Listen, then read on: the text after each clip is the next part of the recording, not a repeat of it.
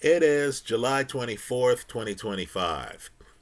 Dwyer, gamblersadvisory.com, a free site, bettingangle.us, a free site. Remember, the opinion you should follow should be your own. Just consider this video to be a second opinion from a complete stranger online. Now, folks, I know there are a lot of young fans following boxing. I know people who are a little bit older just wrongly assume that we've all seen the same fighters, that the fans today remember Ray Leonard, right? The fans today remember Marvelous Marvin Hagler. Their fight took place in 1987, right? Just doing the math, that's 13 years before 2000, and we're at 2025. So most fans, in fact, well, we'll just say many fans, have no recollection of that fight. Even if they were alive, they weren't old enough to fully appreciate the fight. I came across a 5-star video. It's sports writer Jeff Pearlman.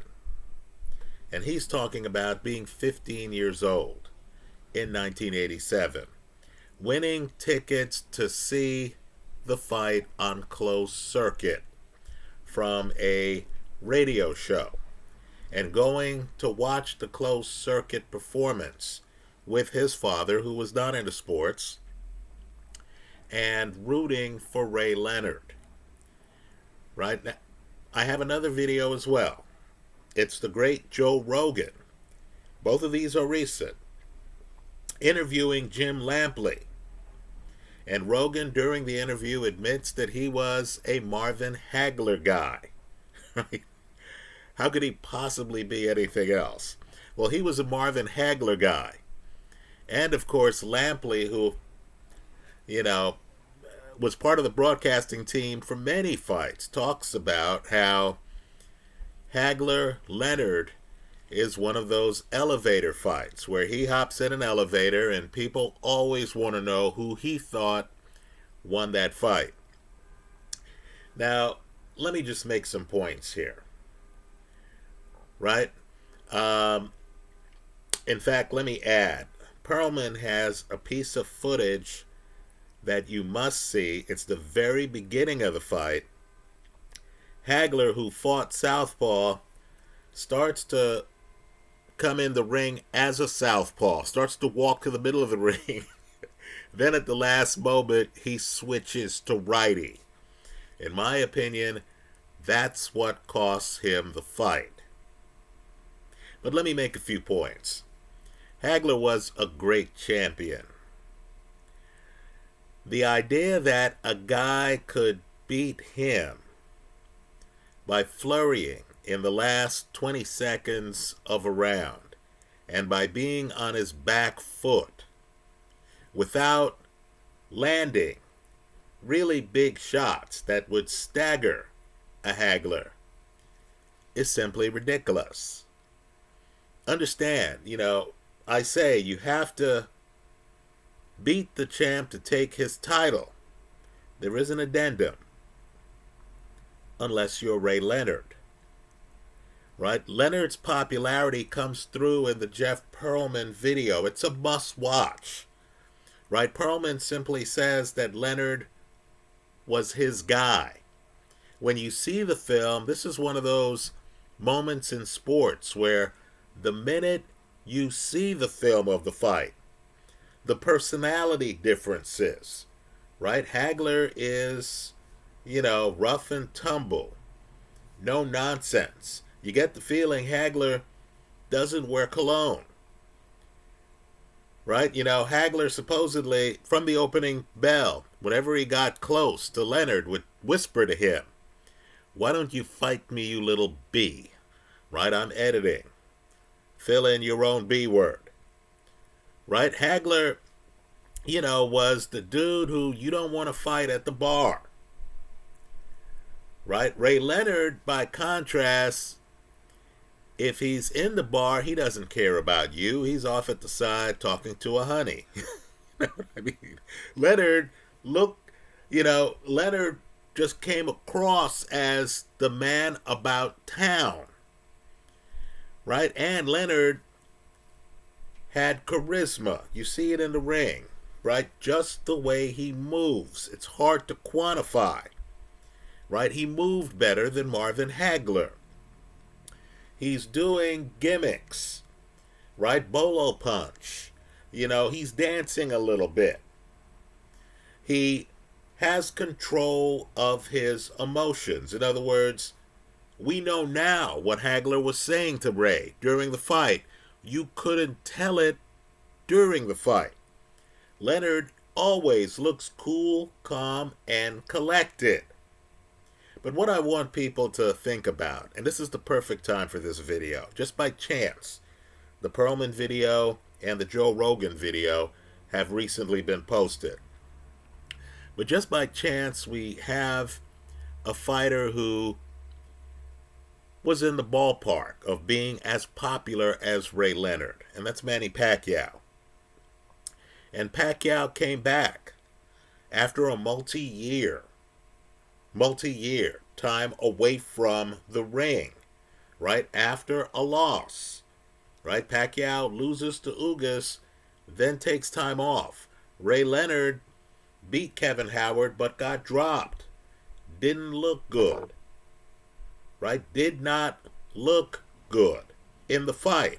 Then was off for 3 years, and Ray, of course, had retina problems that people knew about.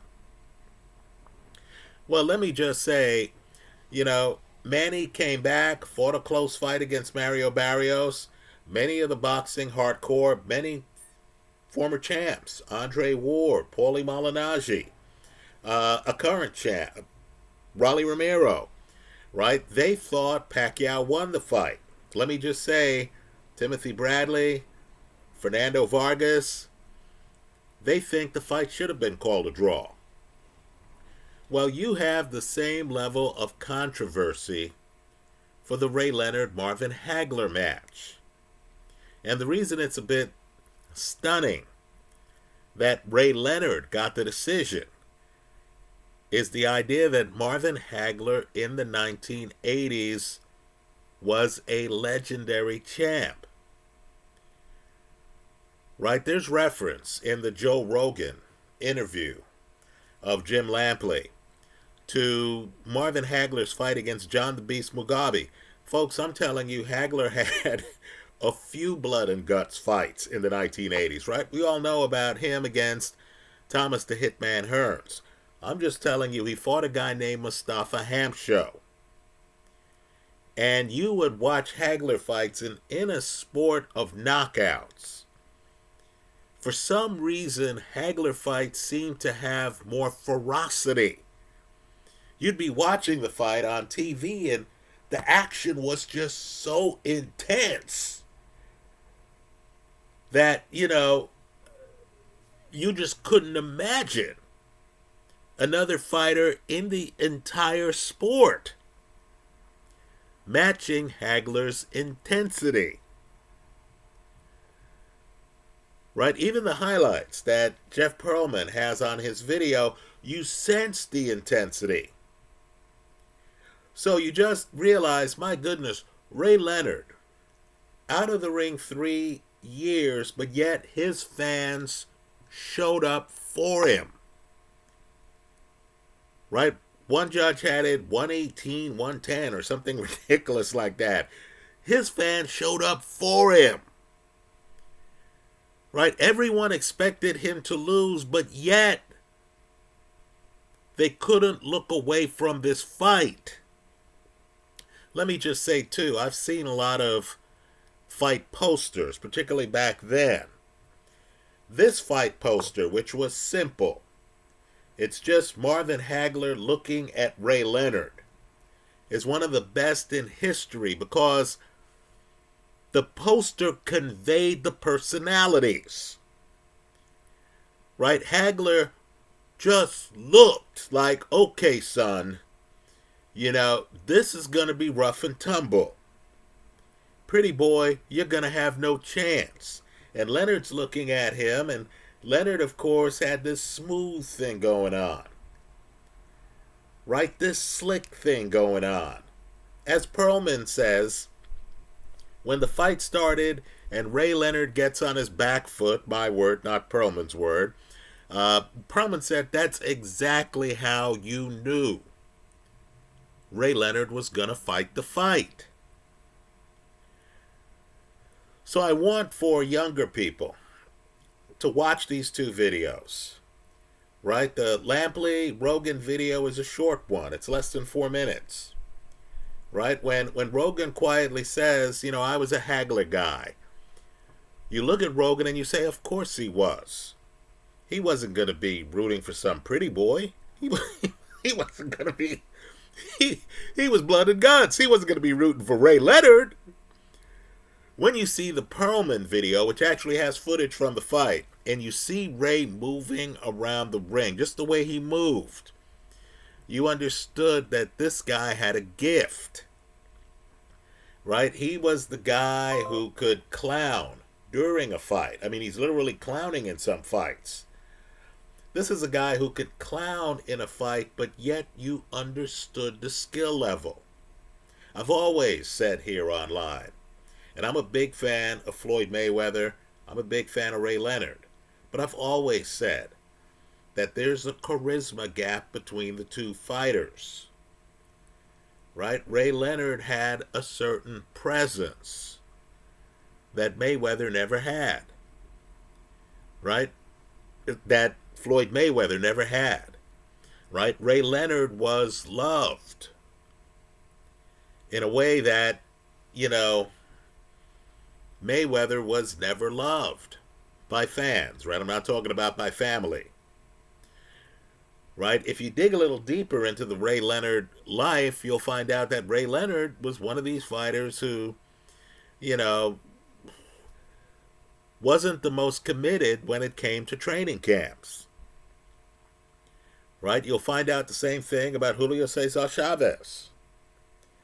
Right? There's certain fighters, Carlos Monzon, there's certain fighters who, you know, viewed being a boxer as being a celebrity. And yet the fans loved him. Right? And also, no offense to Mario Barrios, who's a champ, but Barrios isn't remotely the level of champion with the reputation that a Marvin Hagler had. So what I want people to do is to look at Leonard Hagler, right? Look at the reaction at the end of the fight. You know, Ray Leonard jumps up on his corner and there's a whole group of fans there who love him, who are, you know, by him. He has the crowd over there. I'm telling you, if Hagler won, and Hagler was a guy whose corner, they never change facial expressions. Right? Hagler, one of the image things that made Hagler so alluring was the fact that Hagler and his team looked like they were, you know, catching a bus whenever they walked up to the ring. Right? This was, you know, the group that was strictly business, as we used to say in the 1980s. No bells, no whistles. Right? Ray Leonard, by contrast, was a show. He was a showman. Right? He had the crowd on his side. This fight lives in infamy because I'm just telling you,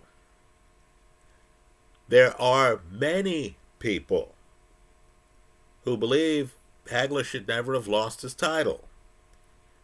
Right? The refrain I heard ever since this fight took place was, if you count the body shots, the fight's not close.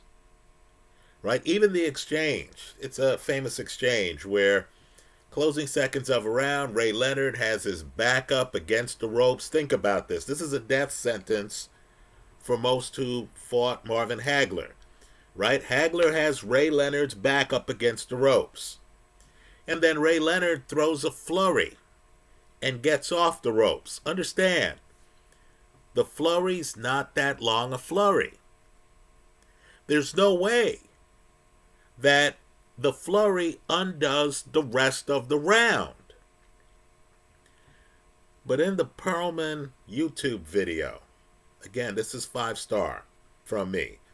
In the Perlman YouTube video, Perlman talks about how he was watching that moment and how when Ray fought back, that moment meant so much to him.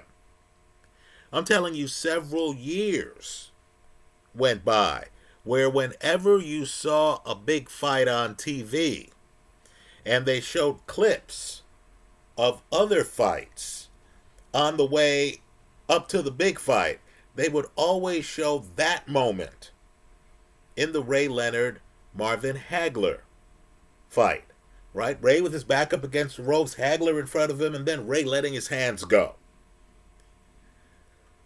Let me also say this too. The Perlman fight, stay till the end, please, because he talks about some boxing truths that most of us are afraid to touch. Right? He talks about how boxing is that rare sport where no one leaves on top. Right now, I'm sure the boxing cognoscenti is going to say, what about Mayweather? What about Marciano? What about Gene Tunney? Okay. I hear you. Right? But you and I know that more times than not, great fighters stay for that disastrous last fight or that disastrous last two fights. Right? You and I know that guys reach the pinnacle of the sport. You can't imagine them topping themselves.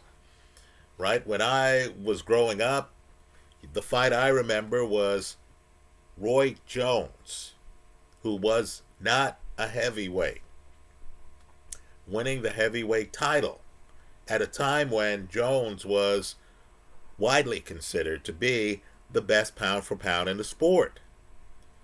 So you thought, my goodness, what else is there?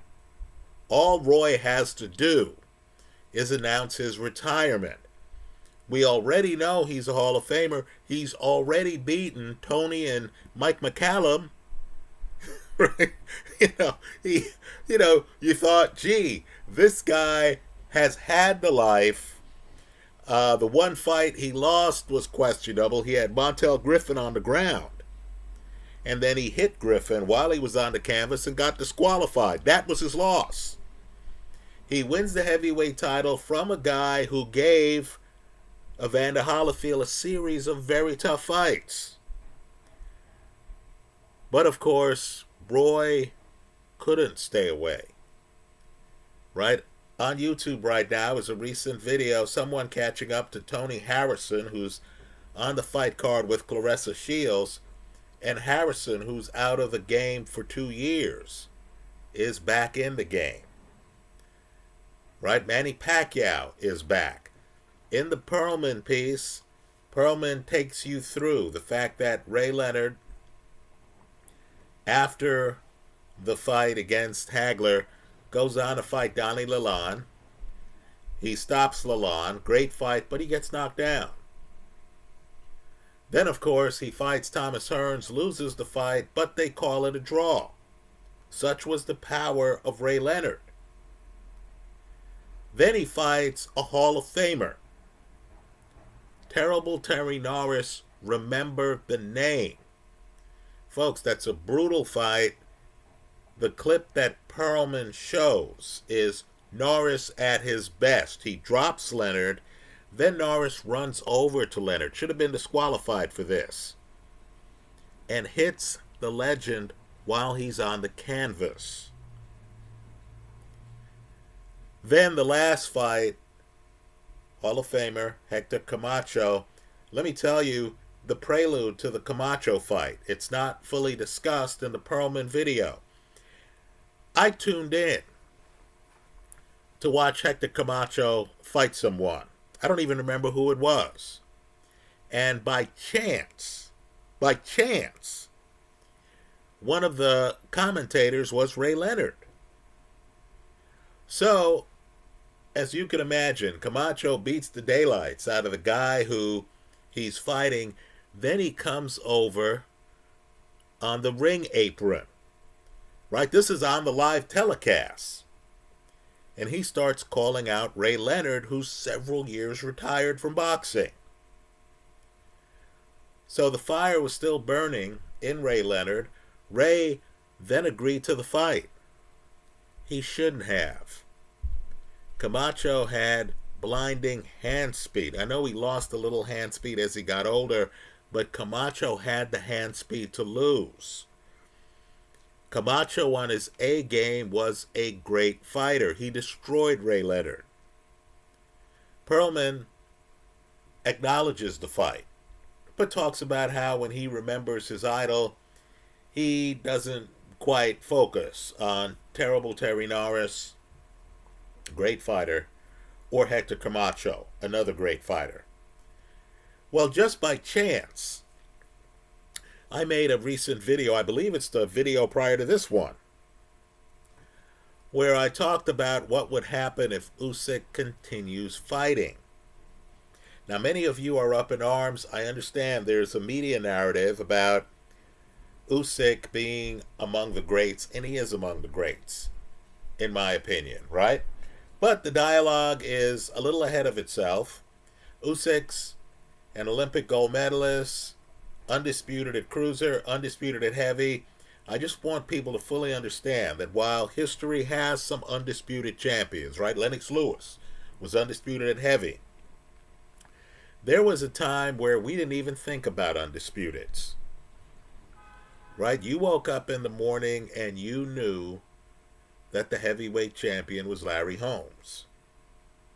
It didn't matter to you that Mike Weaver or somebody else had a share of the belt, Pinklin Thomas or whoever. Didn't matter to you. You knew who the heavyweight champion was. Right? Understand, this focus on undisputed, I believe Terence Crawford is right. Terence says that it became fashionable after he was undisputed. At 140. Not even 147, right? Then everyone wanted to be undisputed. Right? Well, just understand, that's not the way it was. Now, if I'm Usyk, he has a moment here. Right? He has a moment here to walk away from the sport unblemished. Right? Gold medal, undisputed at cruiser, undisputed multiple times at heavy, right? There are very few successful invasions of the United Kingdom, right? I think the last one was in the 13th century before Usyk's current invasion, right? I think there's the Norman invasion of the United Kingdom. Folks, the idea that one boxer could show up and beat, arguably, the UK's top 3 heavyweights, right? 3 guys who've been heavyweight champion and can do that twice is simply absurd. And of course, his most recent fight, how does it end? In the first half of the fight, right? 5th round by stoppage, right? It's completely absurd. If you were creating a movie, you would want the guy at that point to grab his wife, walk outside the building. There'd be a Bentley, or I guess these days a Tesla, waiting for him and riding off into the sunset. But few things in life are more addictive than boxing. Usyk wants to continue fighting. Understand, when you're the undisputed heavyweight champion, folks, there's a line out the door. Everyone wants a swing at the king. And what history tells us is that a Joe Louis is going to make a mistake. He's going to fight Ezzard Charles. Ezzard Charles is going to look too small for him. Ezzard Charles is going to beat him. He's going to make another mistake. He's going to fight multiple mistakes, just like Ray Leonard. He's going to fight Rocky Marciano. Marciano is going to look too small for him, too awkward. He's going to end up getting knocked out of the ring. Right? Sonny Liston kept fighting, right? Lost his title to Ali, loses the rematch, doesn't lose again until he's in the ring with his former sparring partner, Leotis Martin. Tragic fight. Martin suffers a detached retina. His career is over. But he knocked Sonny Liston out cold. Right? Sonny would go on to fight Chuck Webner in a fight that inspired Sylvester Stallone to pen the Rocky movie series. Right? But just understand, Liston gets knocked out cold by Leotis Martin, who ends up in Ring Magazine as one of history's 100 biggest punchers. Right, folks? We can go on and on talking about great fighters who kept fighting until they had little left. You know, Ray Leonard actually fought Roberto Duran a third time. I actually was in a bar in LA watching that fight with a friend. The fight was so big, they charged us a cover just to enter the bar where we had to buy beers. In other words, it wasn't like the cover got us free brew or free food. Right? Folks, Roberto Duran for the third Ray Leonard fight was a shell of himself. Right? So here you have the latest version of Joe Louis. Right? You have Alexander Usyk. He could walk away. Who in the UK could say, hey, man, you know, when are you going to give me my shot? Right, folks? He's done it. He could even say, look, man, I'm a cruiser. Right? What am I doing beating all these other guys? Right? Fights AJ, first fight, underdog. Fights Fury, first fight, underdog. Controversy over whether or not he actually got hit with a low blow by Dubois. He says, okay, let's run this back. No doubt here. No one's even thinking about that borderline blow anymore. Right? So he's going to continue fighting. In the video, I made the argument that there are some people in boxing today who could give him a tough fight. Right, folks? I'm just telling you, there are always tough people in boxing who the styles line up where it's going to be a tough fight. Right? Go back through the Lennox Lewis story. Forget the losses. Right? The Oliver McCall stoppage, the Hasim Rockman stoppage. What I want people to do is to focus on the Ray Mercer fight. Folks, that's a razor close fight. Right? Usyk looks good. Let's just say he's been fighting either older fighters, right? Anthony Joshua lost before he ever gets to Alexander Usyk. I would argue that Tyson Fury isn't the same physically as he once was, and he was having problems on his way to the Usyk fight, right? The Francis Ngannou fight was against a guy in his first pro fight. I don't believe a heavyweight champion has been in that position since Floyd Patterson fought Pete Rademacher, right? And Rademacher, at least, was actually a boxer, right? He was the Olympic gold medalist. He wasn't a mixed martial artist moonlighting in boxing, right? Understand how dodgy that Tyson Fury fight was. People like Carl Frampton thought he lost the fight. just food for thought. So boxing hardcore people with boxing histories, backgrounds, former fighters, thought he lost that fight. Right? Other than older guys, how old is Derek Chisora? Let's say these guys are in their 30s, and you know boxing's a young man's game. How old was Ali when he was heavyweight champion? You heard me mention Floyd Patterson. How old was he? How old was Mike Tyson? Right? All three of those guys were heavyweight champ before they turned 25 years old. Usyk, now 38-ish, is fighting, guys in their 30s. And Daniel Dubois, right? A younger guy who has had some uneven fights. 1, 2, 3. That's how many times he's knocked down by Kevin Lorena, who came up from cruiser. Right? Let's just keep it real. Philippe Ergovic, I want you to revisit the first 3 rounds of that fight. I'm telling you, I don't think I ever saw Ali hit as many times with right hands as I saw Daniel Dubois getting hit with that fight. Right? Folks, Usyk, let me say too, it's very hard to, do your road work when you wake up in silk pajamas. I believe that's the Marvin Hagler quote. Right?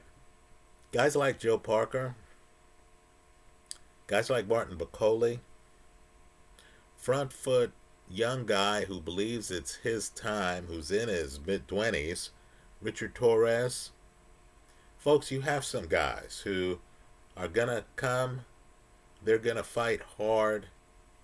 Zhili Zhang, southpaw, big guy, big puncher.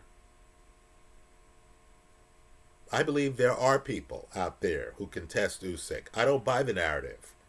And I'm someone who's been an Usyk supporter longer than most, quite frankly. Right? I've said when Usyk was a cruiser, it looked to me like he would make an excellent heavy. Right? Let me throw out another name. Current cruiserweight champion Jay Opataya. Right? I think he would give Usyk an interesting fight. Right? Let me say this too. Gilberto Ramirez. And I don't mean to suggest that everyone in boxing would give Usyk a tough fight. But Gilberto Ramirez, just understand, he's getting surgery right now, so it takes him a bit out of the running. But he's one of boxing's best body punchers. Right? I want you to look closely at the CompuBox for his fight against Dmitry Bivol, a mover. Right? So, it's interesting. If I were advising Usyk, I would say, player, what do we gain? Right? Sure, these fights pay. Right? Yeah, you're looking at a payday of probably, $30-35 million. Do we need the money? Wouldn't we make that money back anyway if you retire the gold standard of the sport? Or is there some psychic need that you have where you're watching other guys fighting and you just miss the sport? Manny Pacquiao, in a recent interview, was asked why he's back. Pacquiao flatly said, I don't need the money, but I miss the excitement. Right? They asked Jerry Rice, who at the time, in fact, hell, today, had several career wide receiving records. Right? You knew Jerry Rice was a Hall of Famer.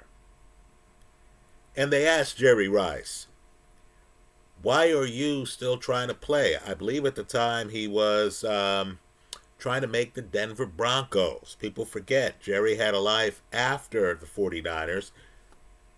He had 1,000 receiving yards for the Oakland Raiders. Then he ends up moving to Denver.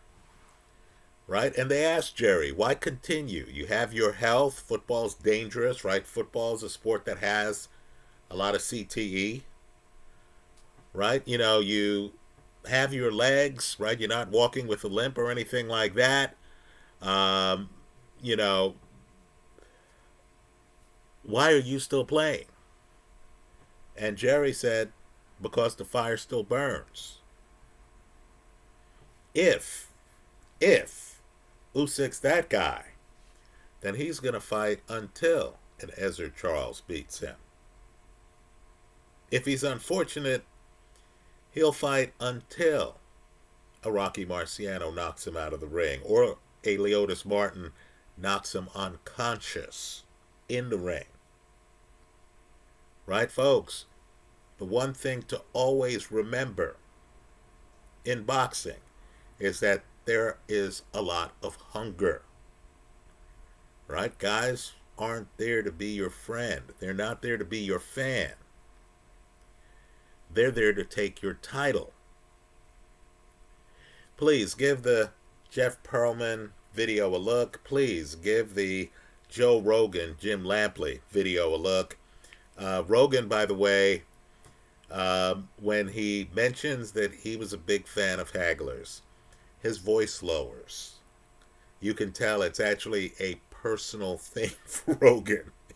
He doesn't want to overplay it. He's not going to say, I'm a Marvin Hagler fan. No, no, no. He's talking to Jim Lampley, a guy he's known, has been involved in boxing for years.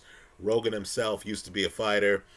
And as they talk, Rogan just lowers his voice and he says, you know, words to the effect of, yeah, I liked Hagler. Right? Understood. Those are my thoughts. Let me hear yours in the comment section of this YouTube video. Thanks for stopping by.